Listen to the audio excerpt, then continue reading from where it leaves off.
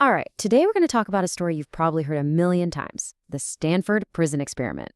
But what if the story we've all been told for decades isn't the whole story? Let's take a second look. The story we all know is pretty terrifying, right? You put good people in a bad situation, and the bad situation wins.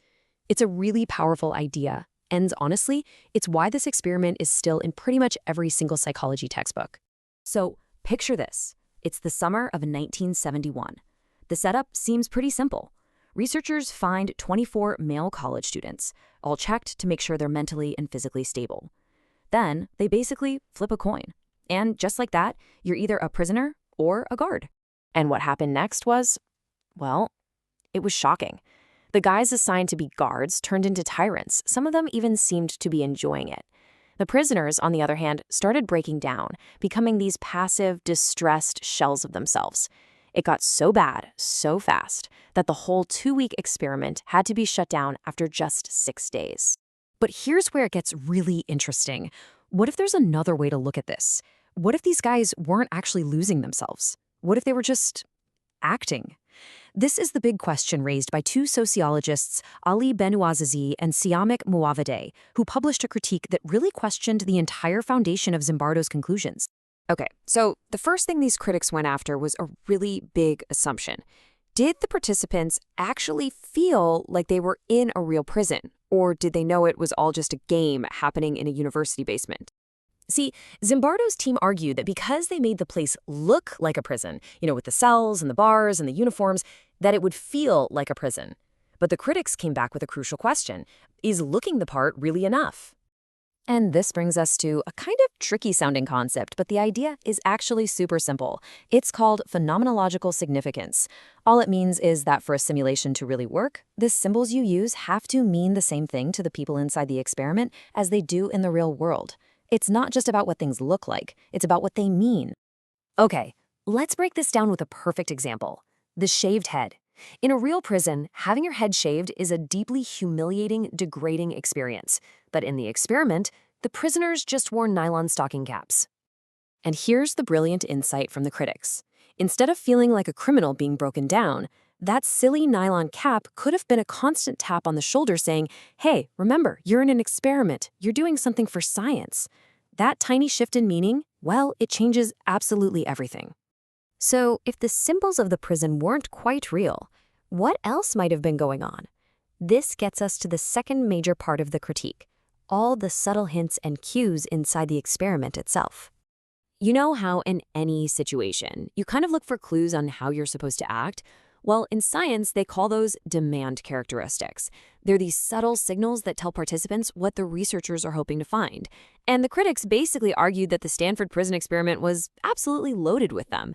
It was like they were handing out a script. Now, Zimbardo's team pushed back hard on this. Their whole argument was that these guys weren't just acting. They claimed the situation was so powerful, so real, that it was literally changing who these people were. But then you have this one little detail that changes everything. Zimbardo himself wasn't just a neutral observer. He was in the experiment. He played the role of the prison superintendent. So you have the lead researcher, the boss, actively participating in giving instructions. How could the guards not be influenced by that? And if you need a smoking gun, well, here it is, and it comes from Zimbardo's own paper. When they were asked about it later, most of the guards flat out admitted they were just playing the role. That right there really undermines the whole idea that they had lost touch with reality. Okay, so if they were just acting, where did they get the script from? The critics had a really simple answer. They got it from movies, from TV shows, from a lifetime of cultural stereotypes about what prisons and guards are supposed to be like. And to test this idea, the critics did something really smart. They ran their own little study. They wanted to know, what do people already think is going to happen in an experiment like this, before it even starts? Their method was super straightforward. They just described the setup to a group of students and asked them some basic questions. Hey, what do you think this study is about? What's the point? And what do you think is going to happen? The results, honestly, they're pretty mind-blowing. As you can see from this one student's answer, a whopping 81% of them guessed the hypothesis correctly. They knew exactly what Zimbardo was looking for. And it gets even more specific when you ask them about the guards. Just look at these numbers. Their predictions were crystal clear. Almost 90%. Think about that. Nearly everyone who heard a basic description of the experiment predicted the guards would become oppressive and aggressive. This shows there's this powerful, pre-existing cultural script just waiting to be acted out. So what does this all add up to?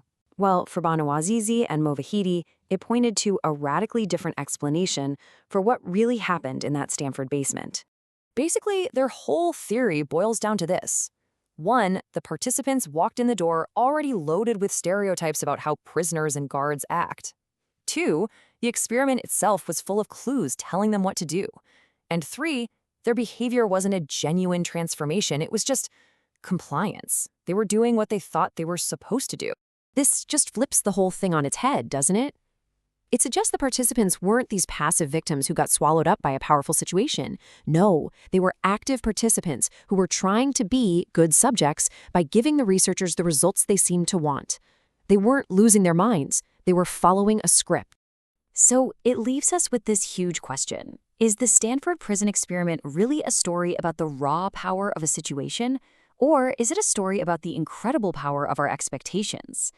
This critique doesn't just make you rethink a famous study.